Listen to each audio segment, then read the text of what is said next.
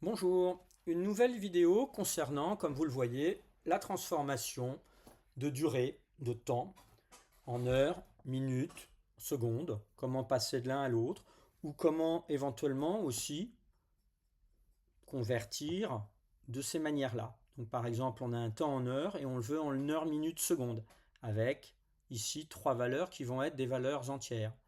Ou bien on a un temps en secondes, on le veut en heures. Ou bien on a un temps en heures, minutes, secondes entières, un peu ce qu'on pourrait trouver ici, et on veut convertir soit en heures, soit uniquement en minutes, soit uniquement en secondes. Alors pour pouvoir travailler sur ce type de transformation, il y a des valeurs qu'il faut connaître, dont certains automatismes de sixième. Déjà, parmi les valeurs à connaître, savoir parfaitement qu'une heure, c'est aussi 60 minutes ou 3600 secondes. Qu'une minute, c'est 60 secondes ou 1/60 d'heure. Petite explication, dans une heure, on a vu ici qu'il y a 60 minutes. Donc une minute, on en prend 1 parmi 60. Une minute parmi 60 minutes, d'où le 1/60 d'heure. Et puis à connaître aussi, une seconde, c'est 1/60 de minute, ou bien 1/3600 d'heure. C'est un peu pour la même explication qu'ici. Regardez bien, dans une minute, il y a 60 secondes.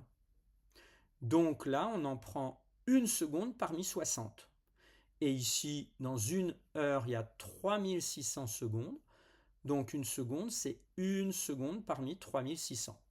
C'est ce que vous avez vu sous le nom de système sexagésimal ou base 60 dans vos années de primaire. Il en ressort à ce moment-là certains automatismes, en voilà trois qui ont été vus en sixième, et donc qui sont à savoir par cœur, très rapidement, sans devoir fournir un effort avec son cerveau. Un quart d'heure, ça veut dire que c'est un quart de 60 minutes, puisque une heure, il y a 60 minutes, ce qui fait 15 minutes au total. Une demi-heure ou la moitié d'une heure, c'est bien la moitié de 60 minutes, 30 minutes. Et trois quarts d'heure, c'est trois quarts de 60 minutes, ce qui fait 45 minutes. Donc il faut être capable de passer directement d'un quart d'heure à 15 minutes de tête. Et puis on pourrait se dire aussi, si on a 2 minutes, ici ça veut dire qu'on fait 2 fois 60 secondes, ou bien 2 fois un soixantième d'heure. De même, on pourrait le faire avec les secondes, 2 secondes. J'ai pris 2, j'aurais pu prendre 3, j'aurais pu prendre 7,5. Mais si on prend 2, on multiplie toutes les valeurs ici par 2. Une fois ça c'est su, on va pouvoir l'utiliser. Premier exemple, on a un temps en heures, une valeur décimale, et on veut convertir en heures et minutes et secondes avec que des valeurs entières. Donc au départ, on est là.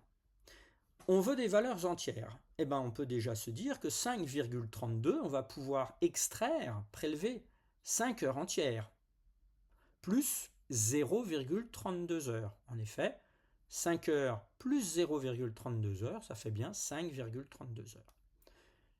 Ça nous intéresse une valeur entière, mais là, ça ne l'est pas.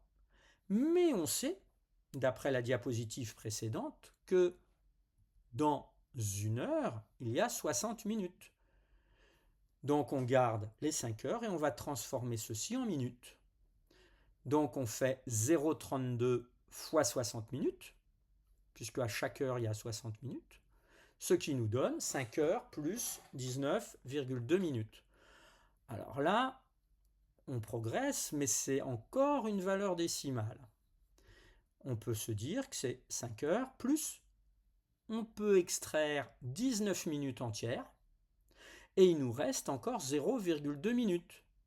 19 plus 0,2, ça fait bien 19,2. Donc ça on va garder, mais ça on ne va pas garder. Et on sait aussi que dans une minute, il y a 60 secondes. Donc on garde l'heure, on garde la durée en minutes, et on va multiplier 0,2 minutes. Pour avoir des secondes, on va multiplier par 60. D'où 5 heures plus 19 minutes plus 12 secondes, qu'on écrit plus généralement sous cette forme-là, 5 heures, 19 minutes, 12 secondes. Deuxième exemple, on a un temps en secondes et on veut convertir en heures. J'aurais pu choisir de vouloir les convertir en minutes. Là, j'ai choisi heures. Donc on en est là au début. Donc on va prélever dans nos connaissances, vous pouvez revenir à la vidéo un peu avant, à moins que vous ayez pris des notes, une seconde, on sait que c'est 1 sur 3600e d'heure, à connaître, à savoir par cœur. Surtout en troisième pour le brevet. Donc on va faire 625 fois une seconde, donc 625 fois 1 sur 3600 heures, ce qui fait 625 sur 3600. Alors ça, soit on le simplifie avec papier et crayon, soit on utilise sa calculatrice, ça fait 25 sur 144e d'heure, ou bien environ, attention, ça ne tombe pas juste, on met bien un signe approché, 0,17 heures. Autre exemple, on a un temps en heures, minutes, secondes, et on le veut que en heures, ou bien que en minutes, ou bien que en secondes. Là, j'ai choisi de le convertir en heures. Allons-y. Donc ça, c'est la même chose qu'une heure plus 24 minutes plus 75 secondes. L'heure, on la garde, mais minute, il faut changer, puisqu'on veut que en heures. Et on sait que une minute, c'est 1/60e d'heure. 75 secondes, on ne va pas le garder non plus, on veut uniquement des heures. Hop, on sait aussi que une seconde, c'est 1/3600e d'heure. Donc on va faire le calcul suivant. 24 fois 1 60e, 75 fois 1 sur 3600, ce qui nous fait 1 heure plus 24 60e d'heure plus 75 3600e d'heure. On n'a bien que des heures. Là, on pourrait simplifier aussi. Je ne l'ai pas fait. Là, j'ai choisi directement d'utiliser des valeurs décimales parfois approchées, parfois exactes. Là, ça tombe juste. 24 sur 60, ça fait bien 0,4. Mais 75 sur 3600, c'est environ 0,02. D'où un signe global environ. Et on peut dire, si on fait la somme de tout ça, que ça fait environ 1 heure. Enfin, pardon, pas 1 heure. Enfin, 1,42 heures. Soyons précis. Et ce qui est bien une valeur approchée. Alors on voudrait maintenant convertir en minutes. Première possibilité, on pourrait prendre le résultat précédent, puisque le résultat précédent, regardez la diapositive, on avait bien transformé ceci en heures. Donc là on était arrivé à ceci. Je peux repartir de 1,42 heures. Mais c'est une valeur approchée, je n'oublie pas de mettre environ égal. Je sais que je veux que des minutes, je ne veux plus d'heures cette fois-ci. Dans mon cerveau, j'ai en tête que 1 heure, c'est 60 minutes. Donc je fais 1,42 fois 60 minutes, ce qui me fait environ 85,2 minutes. Mais encore une fois, ce n'est pas une valeur exacte. Je pourrais vouloir le faire avec un résultat exact. Je ne veux pas une valeur approchée. Donc je vais repartir de la valeur exacte et je vais conserver que des valeurs exactes. Donc je vais séparer. L'heure, je n'en veux plus, je veux que des minutes cette fois-ci. Je sais qu'une heure, c'est 60 minutes. 75 secondes, je n'en veux pas, encore une fois, je veux que des minutes. Une seconde, c'est 1/60e de minute.